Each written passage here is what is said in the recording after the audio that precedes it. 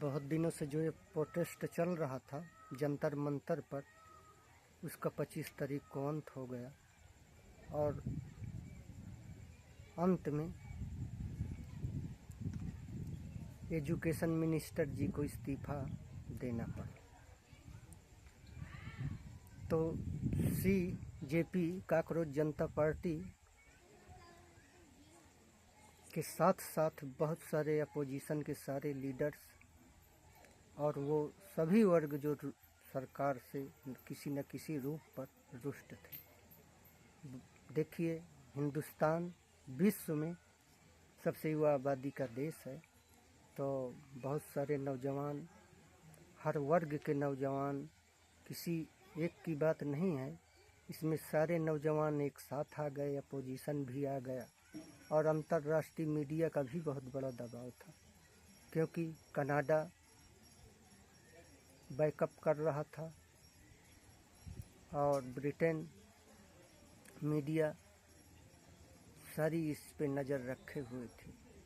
इन सारी चीज़ों के और भी अलावा भारत देश के प्रत्येक स्टेटों में इसका असर था, विदेशों में भी इसका असर था।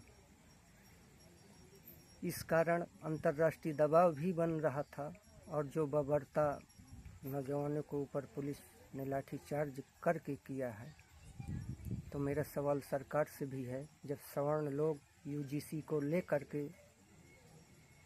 यूनिवर्सिटी ग्रांट कमीशन के लिए परमिशन जंतर मंतर में धरना के लिए मांगा था, तब उनको धरना के लिए परमिशन नहीं दिया गया और CJP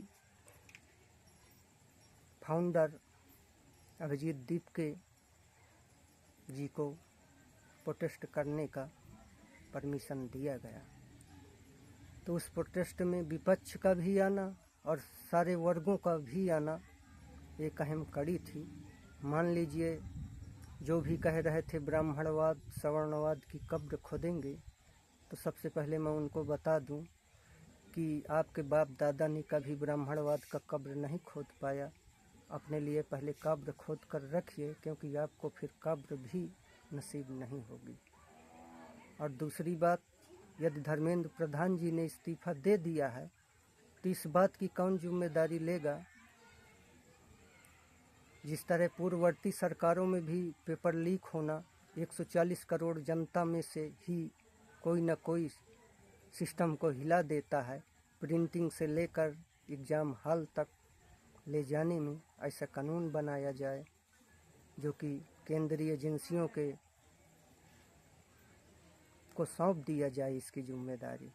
जैसे फोर्स के अंडर में वहाँ से यहाँ तक प्रिंटिंग से लेकर एग्ज़ाम हॉल तक की व्यवस्था कराई जाए, तभी इसमें कुछ संभव हो सकता है।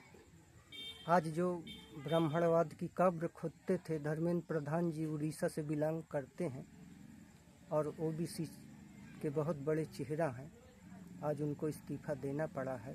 तो कौन इस बात की जिम्मेदारी लेगा कि पुनः पेपर लीक नहीं होगा? और जो ब्राह्मणवाद की कब्र खोद रहे थे, उनको मैं बता दूं कि फिर से वही प्रहलाद जोशी जी, आदरणीय प्रहलाद जोशी जी को शिक्षा मंत्री, एजुकेशन मिनिस्टर बनाया गया है।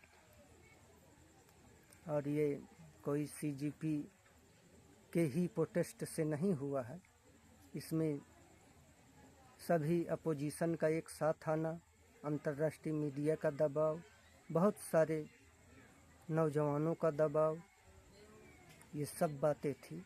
किसी एक लोग के द्वारा ऐसा नहीं हो पाया है। चलिए ठीक है, अब इसकी जिम्मेदारी कौन लेगा कि पुनः पेपर लीक नहीं होंगे?